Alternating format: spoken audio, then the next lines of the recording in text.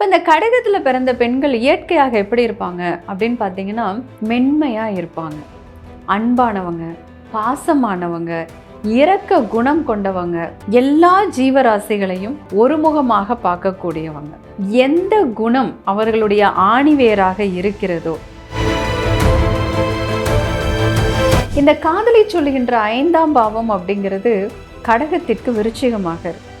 அப்போ காதலில் குழப்பங்கள், தடுமாற்றங்கள், தோல்விகளை சந்திக்க வேண்டியது இருக்கு. அப்போது நிதானமாக இருக்கணும். வேலையில் இருக்கும்போதே சிலருக்கு உயர்கல்வியை படிக்கக்கூடிய ஒரு நிலையும் இவங்களுக்கு ஏற்படுதுங்க. அதே சமயத்தில் ஒரு விஷயம் நல்லா தெரிஞ்சுக்கணும், கடகம் அப்படின்னாலே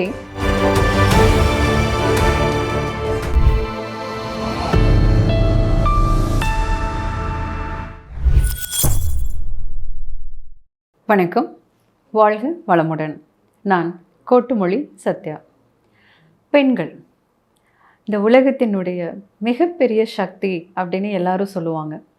ஏன்னா வாழ்க்கையில் நிறைய போராட்டங்கள், வலிகள், வேதனைகள், துரோகங்களை தாண்டி ஜெயிக்கக்கூடிய வல்லமை கொண்டவங்க பெண்கள்.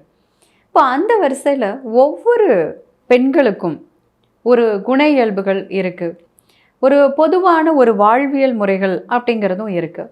இப்போ இந்த ஜோதிடத்தில் பார்த்திங்கன்னா பல்வேறு வகையான ஒரு கூறுகளில் ஜோதிடத்துக்கு பலன்கள் பார்ப்போம். அதில் பெண்கள் 12 ராசிகள், அந்த ராசிகள் தான் லக்னங்களாக மாறுது. அப்போ இதில் ஒரு பெண் பிறந்திருக்காங்க அப்படின்னா அதனுடைய அடிப்படை தன்மை என்ன, ஆணிவேர் என்ன, அவங்களுடைய வாழ்க்கை எப்படி இருக்கும், அவங்க எப்படி தன்னுடைய வாழ்க்கையை புரிஞ்சுக்கிட்டு அதை சரி செய்கிறது அப்படிங்கிறத தான் ஒவ்வொரு பதிவாக பார்த்துக்கிட்டு இருக்கோம். அந்த வரிசையில் இன்றைக்கு நம்ம பார்க்குறது கடகம். ஸோ கடகத்தில் பிறந்த பெண்கள், அவங்களுடைய வாழ்க்கையினுடைய ரகசியம் என்ன, வாங்க பார்க்கலாம். பொதுவாக கடகம் அப்படிங்கிறது காலபுருஷனுக்கு 4வது ராசியாக அமைந்திருக்கு. இது ஒரு பெண் ராசி. இந்த ராசியினுடைய அதிபதி யார் அப்படின்னு பார்த்தீங்கன்னா சந்திரன். ஸோ சந்திரனை பெண் கிரகமாகத்தான் பார்ப்பாங்க. அவருக்கு இன்னொரு பேர் இருக்குது, மனோகாரகன் அப்படின்னு. ஸோ இப்போ பெண்கள் அப்படின்னாலும் மனதால் இயங்கக்கூடியவர்கள் அப்படின்னு சொல்லுவோம். இப்போ இந்த கடகத்தில் பிறந்த பெண்கள் இயற்கையாக எப்படி இருப்பாங்க அப்படின்னு பார்த்தீங்கன்னா, அழகு, பாந்தமான அழகாக இருப்பாங்க, மென்மையாக இருப்பாங்க, அன்பானவங்க, பாசமானவங்க, இரக்க குணம் கொண்டவங்க, எல்லா ஜீவராசிகளையும் ஒருமுகமாக பார்க்கக்கூடியவங்க, வழிய சென்று உதவி செய்கின்ற குணம் கொண்டவங்க. எவ்வளோ நல்லா இருக்கு இல்லைங்களா? ஆமாங்க, இது எல்லாம் அவ்வளவு நல்ல டைப் தான் இந்த கடகத்தில் பிறந்த பெண்கள். அதே சமயத்தில் எந்த குணம் அவர்களுடைய ஆணிவேராக இருக்கிறதோ அந்த அன்பை, அந்த பாசத்தை, இரக்கத்தை, கருணையை தவறான மனிதர்களிடம் கொண்டு போய் காட்டுறதுனால, மற்றவர்களுடைய நடிப்பை, அந்த போலியான ஒரு பாசத்தை, இவங்கள மாதிரியே அவங்களும் உண்மையாக இருக்காங்க அப்படின்னு நம்புறதுனால நிறைய வலிகளையும், நிறைய வேதனைகளையும், நிறைய துரோகங்களையும் சந்திக்க வேண்டியதாக இருக்குது. அப்போ இந்த கடகம் இயற்கையாக ஒரு விஷயத்தை புரிஞ்சுக்கணும், இவர்களுக்கு எப்போவுமே மனம் திடமாக இருக்கணும், தெளிவாக இருக்கணும். உதவி செய்கிறது நல்ல விஷயம், ஆனால் யாருக்கு உதவி செய்கிறோம், என்ன உதவி செய்கிறோங்கிறதுல ரொம்பவே கவனமாக இருக்கணும். அடுத்தது பார்த்திங்கன்னா, இவர்களுடைய ஆரம்ப கல்வி அப்படின்னு பார்க்கும் பொழுது இவங்களுக்கு 2ஆம் வீடாக அமையிறது சிம்மம். இந்த சிம்மம் சூரியனினுடையது. ஸோ அப்போ இவங்களுக்கு கல்வி எப்படி இருக்கணும் அப்படின்னு பார்த்திங்கன்னா, எதையும் புரிந்து படிக்கக்கூடிய தன்மை அப்படிங்கிறது இவங்கக்கிட்ட இருக்கும். பொதுவாக கடகத்தில் பிறந்தவங்களுடைய ஆரம்ப கல்வி சின்ன குழந்தைங்க இல்லையா, ஸோ அதுலேருந்து +2 வரைக்கும் இருக்கக்கூடிய ஒரு தன்மையை குறிக்கிறது. இப்போ இவங்க எப்படி இருக்கணும் அப்படின்னா, டீச்சர்ஸ் ஆகட்டும் இல்லை பெற்றோர்கள் ஆகட்டும், இவங்கக்கிட்ட ஒரு மென்மையாக நடந்துக்கணும்.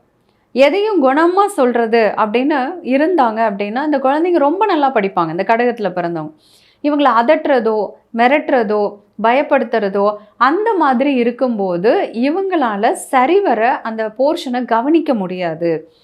இவங்க மனப்பாடம் பண்ணினா கூட அதை எழுதுறது, அதை சொல்கிறது அப்படிங்கிற இடத்துல இவங்களுக்கு தடுமாறும். ரொம்ப புரியக்கூடிய ஒரு பாடமாக இருந்தால் கூட அதை புரிஞ்சிக்க முடியாமல் தடுமாறுவாங்க. ஸோ உங்களுடைய வீட்டில் கடகத்தில் ஒரு குழந்தை இருக்குது அப்படின்னா அந்த குழந்தைய வந்து திட்டாமல் அதட்டாமல் அந்த குழந்தைக்கு அந்த சப்ஜெக்டை புரிய வைக்கணும்.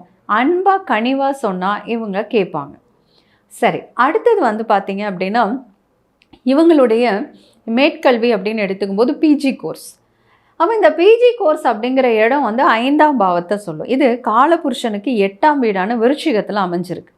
அப்போ இந்த இடத்துல என்ன ஒரு குழப்பம் வரும் அப்படின்னா, ஃபஸ்ட்டு யூஜி முடித்ததும் வேலைக்கு போகலாமா, இல்லை வீட்டில் இருக்கிறவங்களுக்கும் ஆகட்டும், இல்லை சொந்த பந்தங்களாகட்டும், நட்பு வட்டமாகட்டும், இவங்களுக்கு வந்து இந்த யூஜி கோர்ஸ் இளங்கலை படிப்பு படிச்சுக்கிட்டு இருக்கும்போதே வந்து வரன் பற்றின ஒரு பேச்சுக்கள் வந்து போகிறது இருக்கும். ஸோ வரன் பற்றின பேச்சுக்கள் வந்திருக்கும். இன்னும் நீங்கள் அப்படி கல்யாணம் பண்ணி கொடுத்துருங்க, அதுக்கப்புறம் கூட அவங்க பிஜி பண்ணட்டும், இல்லை நீங்கள் வந்து எங்களுக்கு பொண்ணு கொடுங்க, நாங்கள் படிக்க வச்சுக்கிறோம்.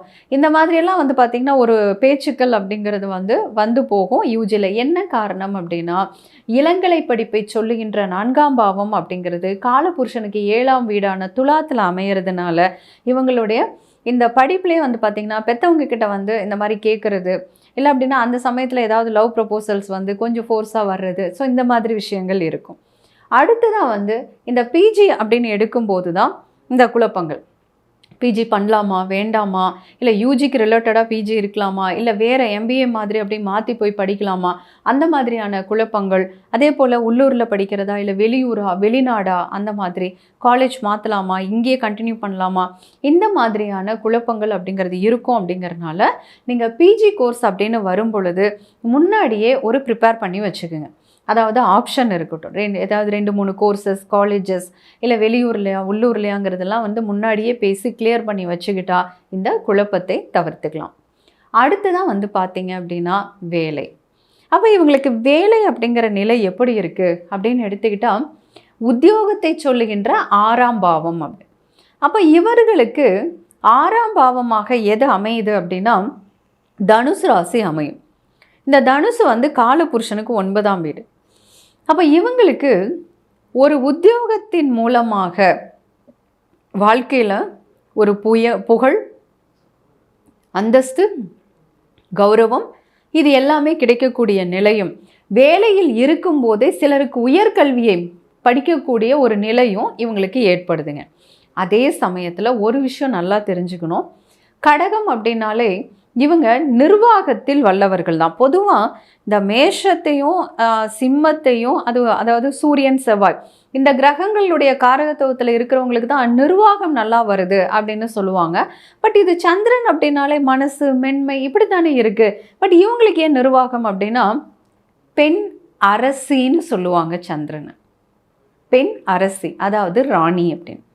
ஸோ இந்த கடகமும் வந்து பார்த்திங்கன்னா அவங்களுக்கும் ஒரு நிர்வாகம் அப்படிங்கிற ஒரு விஷயம் ரொம்பவே தேவைப்படக்கூடிய ஒன்றா இருக்குது. அதுவும் இவங்க மனதால் இயங்குறவங்க அப்படிங்கிறனால கண்டிப்பாக தனக்குன்னு ஒரு அடையாளம் இருக்கணுங்க, ஒரு தனிப்பட்ட வருமானம் இருக்கணும், யாரையும் சார்ந்து வாழாத வாழ்க்கை கண்டிப்பாக இருக்கணும். யாரையாவது சார்ந்து நீங்கள் வாழ்கிறவங்களா இருந்தீங்க அப்படின்னா உங்களுடைய மனதின் காயங்கள் வலிகள் இருக்கா இல்லைங்களா, ஃபேஸ் பண்ணுறோம் இல்லையா? ஸோ அதனால தான் சொல்கிறேன், உங்களுக்கென்று ஒரு சுய அடையாளத்தை ஏற்படுத்திக்கோங்க. வருமானத்துக்காக அப்படிங்கிறதுல, ஏன்னா வெல் செட்டில்டு ஃபேமிலியாக கூட நீங்கள் இருக்கலாம். வருமானம் அப்படின்னு இல்லைனாலும் ஆத்ம திருப்தின்னு ஒன்று இருக்குது, ஒரு அங்கீகாரம் அப்படிங்கிறதும் ஒன்று இருக்குது இல்லைங்களா? ஸோ அதனால் உங்களுக்குன்னு ஒரு அடையாளத்தை உருவாக்கி கொள்ள வேண்டியது கடகத்தில் பிறந்த எல்லாருக்குமே அவசியம்.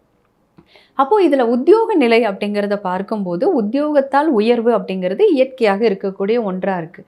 அதே சமயத்தில் காலபுருஷனுக்கு 6ஆம் வீடு உத்தியோகத்தை சொல்லுகின்ற வீடு உங்களுக்கு மாற்றத்தை சொல்லுகின்ற 3ஆம் பாவமாகவும் இருக்குது. அப்போ முதல் வேலை மாறும். முதல் வேலை இங்கே நிலைச்சிருக்கிறது அப்படிங்கிறது பெரும்பான்மையான கடகத்துக்கு இருக்காது. அவங்களுக்கு முதல் வேலை மாறிடும். அடுத்து அமைகின்ற வேலை அப்படிங்கிறப்போ அது கொஞ்சம் கொஞ்சமாக ஒரு இம்ப்ரூவ்மெண்ட்டை கொடுக்கக்கூடியதாக இந்த இடத்துல அமையும். அப்போ முதல் வேலை மாறும். இரண்டாவதாக அமைகின்ற வேலை கொஞ்சம் கடினமான ஒரு வேலையாக இருந்தாலும் அதில் பல நல்ல வாய்ப்புகளும் கற்றுக்கொள்வதற்கு நிறைய விஷயங்களும் இருக்குது. மூன்றாவதாக அமைகின்ற வேலையிலிருந்து ஒரு நல்ல பதவி, அந்தஸ்து, உயர் கௌரவம் இது எல்லாமே 3ஆவது வேலையிலையும் கிடைக்கும். அடுத்து தான் வந்து பார்த்திங்கன்னா ரொம்ப முக்கியம் காதல் அப்படிங்கிறது. ஏன்னா இன்றைக்கு காதல் அப்படிங்கிற ஒன்று சர்வசாதாரண விஷயமாயிடுச்சு. ஆனால் இந்த காதலை சொல்லுகின்ற 5ஆம் பாவம் அப்படிங்கிறது கடகத்திற்கு விருச்சிகமாக இருக்குது. அப்போ காதலில் குழப்பங்கள், தடுமாற்றங்கள், தோல்விகளை சந்திக்க வேண்டியது இருக்குது. அப்போது நிதானமாக இருக்கணுங்க. காதலில் நிதானம் அவசியம். முதல்ல இது காதல் தானா, கருணையோ இரக்கத்தைவோ அழகைவோ காதல் என்று தவறாக புரிந்து கொள்ளப்பட்டிருக்கிறதா அப்படிங்கிறத ரொம்ப கவனமாக பாருங்கள். வெளிச்சொல்ல முடியாத ஒரு காதல் தோல்வியை இந்த இடத்துல நீங்கள் தவிர்த்துக்கலாம். இல்லைன்னா அது காலம் ஃபுல்லாக ஆழ் மனசில் உங்களுக்கு மட்டுமே தெரிஞ்ச ஒரு ரகசிய வழியாக அமைஞ்சிடும். கவனமாக இருக்கணும். அடுத்ததாக திருமணம். இப்போ இந்த திருமணம் அப்படின்னு எடுத்துக்கிட்டால் இந்த கடகத்திற்கு நேர் 7ஆம் வீடாக இருக்கிறது மகரம் அப்படின்ட்டு. இது சனியனுடைய வீடு. இதுதான் இவர்களுக்கு திருமண பாவகமாக அமையுது இல்லைங்களா? அப்போது சந்திரன் அப்படிங்கிறதுக்கு ஆப்போசிட்டான குண இயல்பு தான் இங்கே சனியுடையது. ஆனால் இதில் ஒரு குட்டி ட்விஸ்ட் இருக்குது. என்னன்னு பார்க்குறீங்கன்னா, கடகத்தினுடைய நடு நட்சத்திரமாக இருப்பது இந்த சனியினுடைய பூச நட்சத்திரம். மகரத்தில் நடு நட்சத்திரமாக இருப்பது இந்த சந்திரனினுடைய திருவோணம் நட்சத்திரம். அப்போ முதல்ல ஒரு விஷயம் புரிஞ்சுக்கோங்க. இந்த கல்யாண வாழ்க்கை அப்படின்னு எடுத்துக்கும் போது இந்த கடகத்துக்கு சில விஷயங்கள் கண்டிப்பாக கவனிக்கணும். முதல்ல இது சனியினுடைய வீடாக இருப்பதினாலும் அந்த சனியை 8குடையவராகவும் அமையறதுனால வரன் தேர்ந்தெடுக்கும் பொழுது நிதானமாக வரன் தேர்ந்தெடுக்கணும். அவசரப்படக்கூடாது. ஒன்று, இவங்களுக்கு ஒரு இயல்பாக இன்றைக்கு இருக்கக்கூடிய சமுதாயத்தின் போக்கு, இன்றைக்கு இருக்கக்கூடிய கல்வி வாய்ப்புகள், இவர்களுடைய வாழ்வியல் முறைகள், இதையெல்லாம் கவனிக்கும் பொழுது இன்றைக்கு சராசரியாக 25 வயது அப்படிங்கிறது பெண்களுக்கு திருமணத்திற்கான வயதோட்டமாக இருக்குது. அப்போ அதுக்கு முன்னாடி திருமணம் செய்யும் பொழுது ரொம்பவே நிதானமாக இருக்க வேண்டியது அவசியமான ஒன்று. அடுத்து பார்த்தீங்க அப்படின்னா, இந்த வரன் அப்படின்னு கல்யாணம் ஆனதுக்கப்புறம் உடனே இந்த ஃபேமிலியெல்லாம் இப்படி தான் இருப்பாங்க, ஸோ இவங்கெல்லாம் இப்படி தான் இருக்காங்கன்னு ஒரு சில சம்பவங்கள் இருந்து இதுதான் அப்படின்னு சொல்லி ஒரு முடிவை எடுக்கக்கூடாது. ஃபஸ்ட்டு 1 இயர் அப்படிங்கிறது கண்டிப்பாக அனலைஸ் பண்ணணும். அதாவது லேர்னிங் பீரியட் அப்படின்னு சொல்லுவோம். திருமண வாழ்க்கையில் முதல் 1 வருடங்கள் அப்படிங்கிறது கற்றுக்கொள்வதற்கான ஆண்டாக இருக்கும். அப்போ இங்கே ஒவ்வொருத்தருடைய இயல்புகள் அப்படிங்கிறத நீங்கள் புரிஞ்சுக்கணும். முடிவெடுத்துடக்கூடாது. என்ன காரணம்னா, இது ஏற்கனவே ஆப்போசிட்டாக இருக்குது. But at the same time ஆப்போசிட்டில் இருக்கிற இப்போ சந்திரனுக்குள்ள சனியும் சனிக்குள்ள சந்திரனும் அப்படின்னு இருக்குது. ஸோ நிதானமாக பொறுமையாக இருந்தால் பரஸ்பரம் லைஃப் பார்ட்னரோட ஒரு புரிதல் அப்படிங்கிறதும் கரெக்டாக அமைஞ்சிரும். அப்படி இல்லாத பட்சத்தில் அவங்க ஏதாவது ஒன்று சொல்ல போக, அவங்க பசுன்னு சொல்கிறது நமக்கு மாடுன்னு புரிஞ்சு கடைசியில் அதுவே பார்த்தீங்கன்னா எரும மாட்டு சண்டை மாதிரி கொண்டு வந்து விட்டுரும் அப்படி. ஸோ ரொம்ப கவனமாக இருக்கணுங்க முதல் 1 வருடங்கள் அப்படிங்கிறது. அதே மாதிரி பார்த்தீங்க அப்படின்னா உங்களுக்கு குழந்தை பாக்கிய அமைப்பு. குழந்தை பாக்கிய அமைப்பு அப்படின்னு எடுத்துக்கும் போது ஃபஸ்ட்டு விஷயம், இங்கே சூரியன் 2குடையவராக இருக்கார். அதனுடைய உச்ச வீடு அப்படிங்கிறது உங்களுக்கு 10ஆம் பாவமாக அமைஞ்சிருக்கு. 1. 2வது குழந்தை பாக்கியத்தை சொல்லுகின்ற 5ஆம் வீடுங்கிறது இயற்கையாக 8ஆம் பாவமாக அமையுது. அடுத்ததான் பார்த்தீங்கன்னா குரு 6க்கும் 9க்கும் உடையவராக இருக்க. ஸோ அதனால் குழந்தை பாக்கிய அமைப்புன்னு எடுத்துக்கும் பொழுது இங்கே உங்களுக்கு முதல்ல மனம் ரிலாக்ஸாக இருக்கணும். எப்போவுமே இந்த வருத்தங்கள், சலனங்கள், இறந்த காலத்தினுடைய நினைவுகள் இதையெல்லாம் தவிர்க்கணும். அடுத்ததாக உணவு பழக்கம், வாழ்வியல் முறை சரியாக அமைச்சுக்கணும். இது ரொம்ப முக்கியங்க. சரி, இப்போ குழந்தையெல்லாம் பிறந்துருச்சு அப்படின்னா இயற்கையாகவே இந்த கடகத்தில் இருக்கிறவங்களுக்கு இந்த குழந்தைகள் மேலே அதிகமான பாசம் இருக்கும். அவர்களுடைய வாழ்க்கையை நினைத்து, அவர்களுடைய எதிர்காலத்தை நினைத்த ஒரு பயம் இவங்களுக்கு இருந்துக்கிட்டே இருக்கும். குழந்தையை பற்றின சிந்தனை இவர்களுக்கு ரொம்பவே அதிகமாக இருக்கும். ஸோ அதனால் ஒரு விஷயம் என்னென்னா, இது புத்திர தோஷமாக என்னைக்கு கவலை கொடுத்துட்டு யோசிச்சுக்கிட்டு தன்னை யோசிக்காமல் குழந்தைங்களே பார்ப்பாங்க. அவங்கள விட்டால் அவங்க ஊரையே விலைக்கு வாங்கிட்டு வந்துடுவாங்க. ஆனால் இருந்தாலும் இங்கே மனசு கேட்காது. சாப்பிட்டாங்களா, என்ன பண்ணுறாங்க, என் குழந்தை இப்படி பார்த்துக்கணும் அப்படி பார்த்துக்கணும், அந்த மாதிரிலாம் இருக்கும். ஸோ அதெல்லாம் கொஞ்சம் நீங்கள் நடுநிலை மனநிலைக்கு குழந்தைங்கள அவங்களுடைய வேலைகளை அவரவர்களே செய்ய பழக்குங்க. பின்னாடி பக்கபலமாக இருங்க. அடுத்ததான் இன்னொன்று என்ன அப்படின்னா, இன்றைக்கு இப்போ இருக்கக்கூடிய வாழ்க்கை அதை திருப்தியாக உணர ஆரம்பிச்சிடுங்க.